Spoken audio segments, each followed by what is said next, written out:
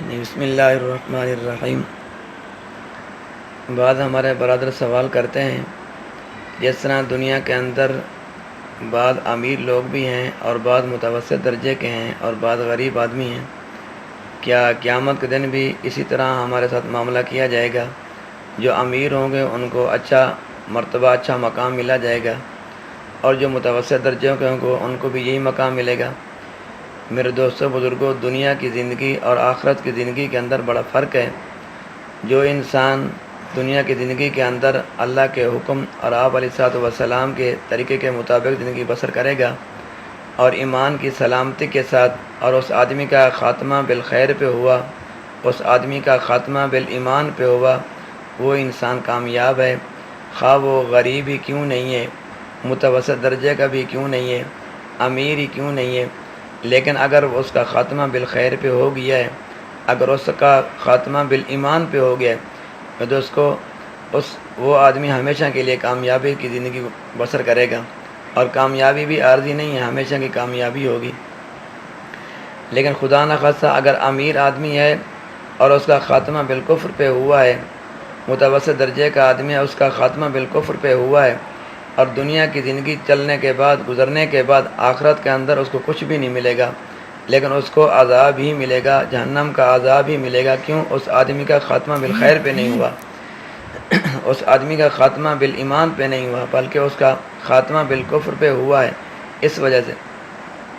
اسی کے متعلق فرماتے ہیں، اعوذ باللہ من الشیطان الرجیم، بسم اللہ الرحمن الرحیم، اذا وقعت الواقعہ لیس لوقعتها کاذبہ خافضۃ الرافعہ، اذا رجت الارض رجا وبست الجبال بسا فکانت ہباء منبثا وکنتم ازواجا ثلاثا۔ فرمایا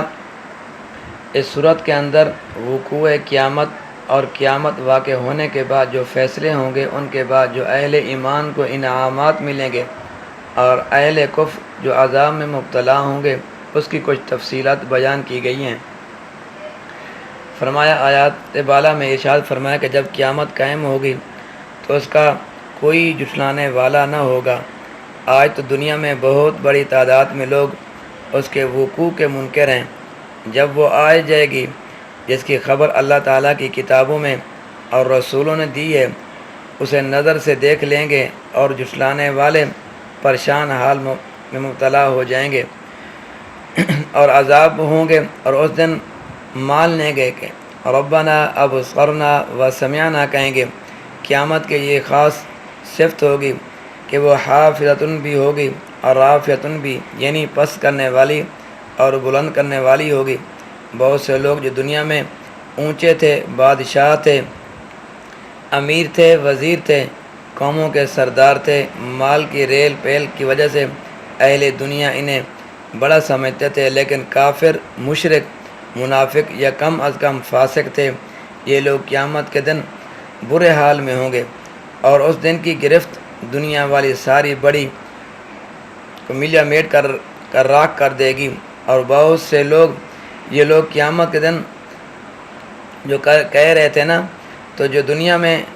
حقیر اور کمزور سمجھے جاتے تھے،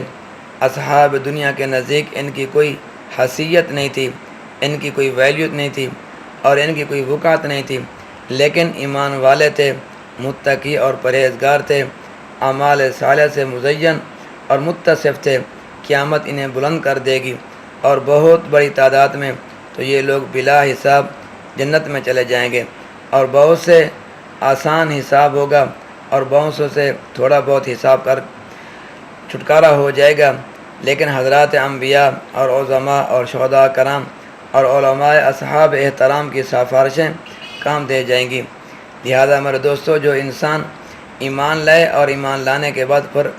نیک اعمال کرتا رہے تو اس آدمی کا ایمان محفوظ رہ جائے گا۔ اگر ایمان لانے کے بعد ہم نے ایمان والے نیک اعمال ہم نے نہیں کیے، اللہ کے حکم کی عدولی کیے اور آپ علیہ الصلوۃ والسلام کے طریقوں کی خلاف ورزی کیے، تو دوستو پھر اس وقت ہمارا ایمان خطرے کے اندر رہ جائے گا۔ دعا فرمائیں کہ اللہ تبارک و تعالی ہمارا خاتمہ بالخیر پہ فرمائے، اللہ تبارک و تعالی ہمارا ایمان محفوظ رکھے، اور مرتے وقت اللہ تبارک و تعالی ہمیں کلمہ ایمان والی موت دے اور کلمے والی موت ہے۔ اللہ میرا اور آپ کا حامی و ناصر ہو۔